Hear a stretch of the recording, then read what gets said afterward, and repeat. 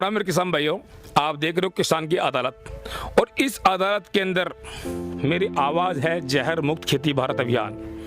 और इस अभियान के अंदर चाहे रासायनिक कंपनी कितनी ही बड़ी हो और चाहे कितनी ही छोटी हो, वो किसान की दुश्मन है। मैं दुश्मन इसलिए बता रहा हूँ कि ये जो पोलियो राजस्थान जयपुर जिले की बात है, ये राधा किशनपुरा गाँव पड़ता है आमेर तहसील के अंदर, और इसी गाँव के अंदर 4000 मीटर का ये पोलियो हाउस है। ये देख लीजिए, बिल्कुल मैं सत्य बता रहा हूँ। और इसी 4000 मीटर के पोलियो हाउस के अंदर रासायनिक दवाइयों का ताबड़तोड़ इस्तेमाल किया गया है। रासायनिक जो दवाई होती है उनका काम में लिया गया है बहुत ज़्यादा इस पोलियो हाउस के अंदर, और उसी रासायनिक दवाई से ये वायरस आया। ये देख लीजिए आप। मैं सभी कंपनियों से मैं चैलेंज करके ये कहता हूँ, किसी भी कंपनी को इस पोलियो हाउस की फसल को आप सुधार दो। आपको मैं जितना पैसा चाहिए मैं दे दूंगा। अगर रासायनिक दवाइयों से अगर फ़ायदा आ जाए पोलियो हाउस के अंदर, तो मेरी गारंटी की बात है, क्योंकि रासायनिक दवाइयाँ साइड इफेक्ट करती है और करती रहेगी। बस किसान भाई जागृत नहीं है। जिस दिन किसान भाई जागृत हो गया, उस दिन रासायनिक कंपनियों को लात के दे के निकाल देगा किसान। क्योंकि भारत का किसान अगर जाग गया तो पता नहीं ये कंपनियाँ कहाँ मिलेगी। मेरे को कमेंट के अंदर बहुत सी किसान भाइयों ने तो कुछ नहीं कहा, पर जो पेस्टिसाइड की कंपनी से जो लोग जुड़े हुए हैं उन्होंने मेरे को बहुत सी धमकियाँ दी, भाई बाबा जी पे, गुरु जी पे मानहानि का दावा लगाओ, इनको जेल में डालो। भैया क्यों डालोगे आप जेल के अंदर?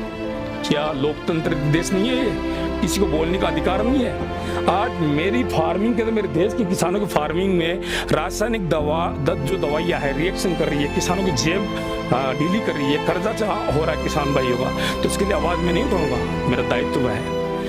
सिजेंटा कंपनी के अलीका दवाई के बारे में मैंने एक वीडियो बनाया था कि ये अलीका जो दवाई है बहुत ज़्यादा रिएक्शन चल रहा है इसका। तो भैया जो दवा अगर काम नहीं करेगी तो उसके बारे में बताएंगे, और बिल्कुल बताएंगे। और ये जो पोलियो हाउस है, ये देख लीजिए आप, रासायनिक दवाई के कारण अगर आप देखोगे पोलियो हाउस की जो डिटेल्स, तो मतलब जो जड़ ग्रोथ है इसमें इतना दवाइयाँ डाली गई है कि ये देख लीजिए, ये जड़ की कंडीशन है।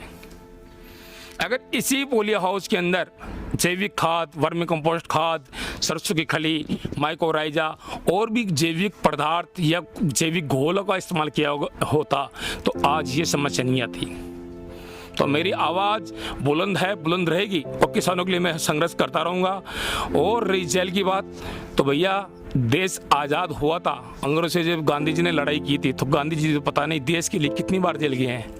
तो मैं जेल जाऊंगा आराम से। अगर आप अगर मेरे को जेल भेजना चाहते हो तो किसान हित के अंदर, देश हित के अंदर मुझे जेल पसंद है। जेल पसंद है, नहीं जीना चाहता हूँ मैं खुले मौसम के अंदर। जब मेरा किसान भाई दुखी है तो मैं किसानों के लिए आवाज़ उठाऊंगा, और जो भी पेस्टिसाइड की दवाइयाँ हैं, कंपनियाँ हैं, उनके लिए मेरी आवाज़ हमेशा उनके खिलाफ खड़ा रहूँगा। विकास शर्मा, क्योंकि भारत का किसान आज भी मेरे को गुरु मानता है, और गुरु का दायित्व वही है कि अपने शिष्य की सुरक्षा करे, उनको सही गाइडेंस दे और उनके लिए आवाज़ उठाए।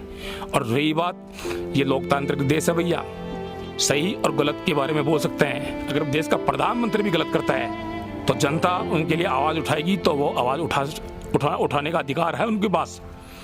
तो आप तो पेस्टिसाइड की कंपनियाँ हो भैया, किसान को बर्बाद कर दिया आप लोगों ने।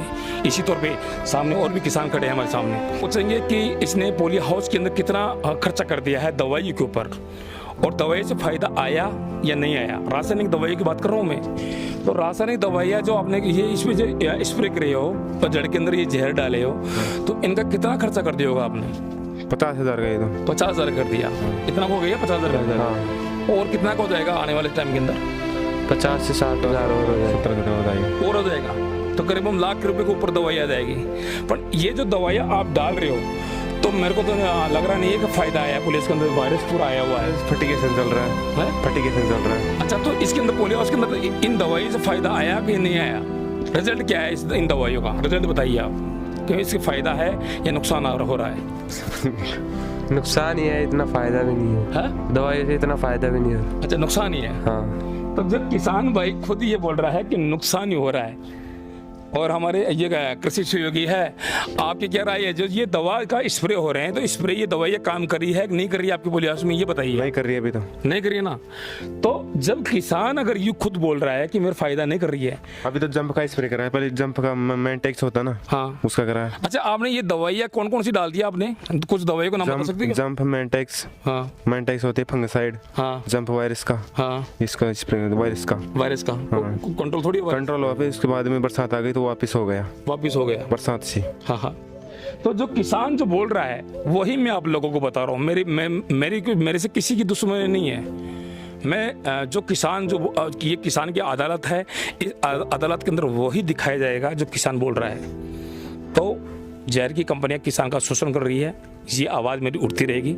भारत के अंदर एक भी किसान मेरे को ऐसे बता दो कि जहर काम करता है। भैया कमेंट के अंदर करने से कुछ नहीं है, मौके पे आओ आप। मैं आपको बताता हूँ, बहुत सी फार्म हाउस देता हूँ आप लोगों को, उसका वायरस कंट्रोल करो, उसकी फसल है उसकी फसल को ठीक करो, मैं मान जाऊँगा आप लोगों की आपका पेस्टिसाइड्स ठीक है। तो ऐसे ही और भी मैं वीडियो लाता रहूँगा किसान की अदालत के अंदर, और काला सच जहर की कंपनी के खिलाफ ये आप लोगों को मैं दिखाता रहूँगा। ये किसान का 4000 मीटर का पोलियो हाउस था, तो इसकी जो कंडीशन है वो देख लीजिए आप। बिल्कुल खीरे की जो क्वालिटी देखोगे आप, तो खीरे की क्वालिटी भी ये देख लीजिए आप। 50% खीरा इस तरह का टूट रहा है, ये देख लीजिए, ये देख लीजिए आप, ये देख लीजिए। और ऑर्गेनिक फार्मिंग में ये नुकसान नहीं होता है, बहुत सा माल खराब हो रहा है।